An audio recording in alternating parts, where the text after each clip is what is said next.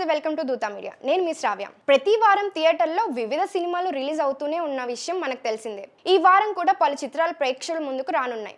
అందులో ఈ week box office వద్ద చిన్న సినిమాలదే హవా ఉంటుందని తెలుస్తుంది. మరి ఏ సినిమాలు రిలీజ్ అవుతున్నాయి అంటే, టాలీవుడ్ ప్రముఖ నటుడు ప్రియదర్శి లీడ్ రోల్లో నటించిన మూవీ సారంగపాణి జాతకం.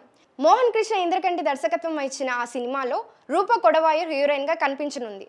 వెన్నెల కిషోర్ కీలక పాత్రలో సందడి చేయనున్నారు. ఇప్పటికే మంచి హైప్ క్రియేట్ చేసిన ఆ మూవీ ఈ నెల 25వ తేదీన విడుదల కానుంది. అయితే టైటిల్, ప్రోమోల ప్రకారం కామెడీ అండ్ జ్యోతిష్య శాస్త్రాన్ని బేస్ చేసుకొని సినిమా ఉంటుందని తెలుస్తోంది. ఓ మనిషి భవిష్యత్తు అతని చేతి రేఖల్లో ఉంటుందా లేక చేతల్లో ఉంటుందా అనే పాయింట్ చుట్టూ సినిమా తిరుగుతుందని అర్థమవుతుంది. ఒకవైపు నమ్మకాలు, మరోవైపు లవ్ చేసిన అమ్మాయి ప్రేమ మధ్య కొట్టమిట్లాడుతున్న యువకుడి స్టోరీనే మూవీ.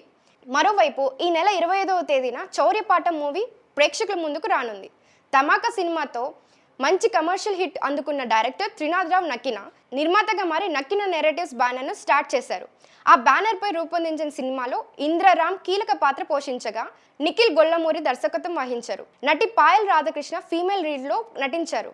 ట్విస్ట్లు, ఉత్కంఠతో కూడిన క్రైమ్ బేస్డ్ థ్రిల్లర్గా తెరకెక్కిన చౌర్యపాఠం సినిమాపై ప్రమోషన్స్తో హైప్ ఏర్పడింది. చౌర్యపాఠం అంటే దొంగతనం చేయడానికి ట్రిక్కులు కాదని, దొంగతనం చేయాల్సి వస్తే హీరో పాఠం నేర్చుకుంటాడనే పాయింట్తో సినిమా రూపొందినట్టు ఇప్పటికే మేకర్స్ క్లారిటీ ఇచ్చారు. ఇంకోవైపు ప్రేమల్ మూవీతో టాలీవుడ్లో మంచి గుర్తింపు తెచ్చుకున్న నటుడు నెల్సన్ కే గవూర్ నటించిన లేటెస్ట్ చిత్రం జింకానా.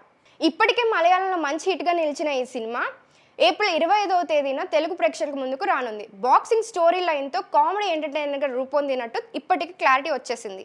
ఆ 3 సినిమాలతో పాటు ground zero, Shiva Shambho, Suryapet junction movies కూడా విడుదల కానున్నాయి. మరి ఈ సినిమాలని బాక్స్ ఆఫీస్ వద్ద హవాని కొనసాగిస్తాయా లేదా అన్నది వేచి చూడాలి. మరిన్ని ఇలాంటి లేటెస్ట్ న్యూస్ కోసం చూస్తూనే ఉండండి దూతా మీడియా. Thank you.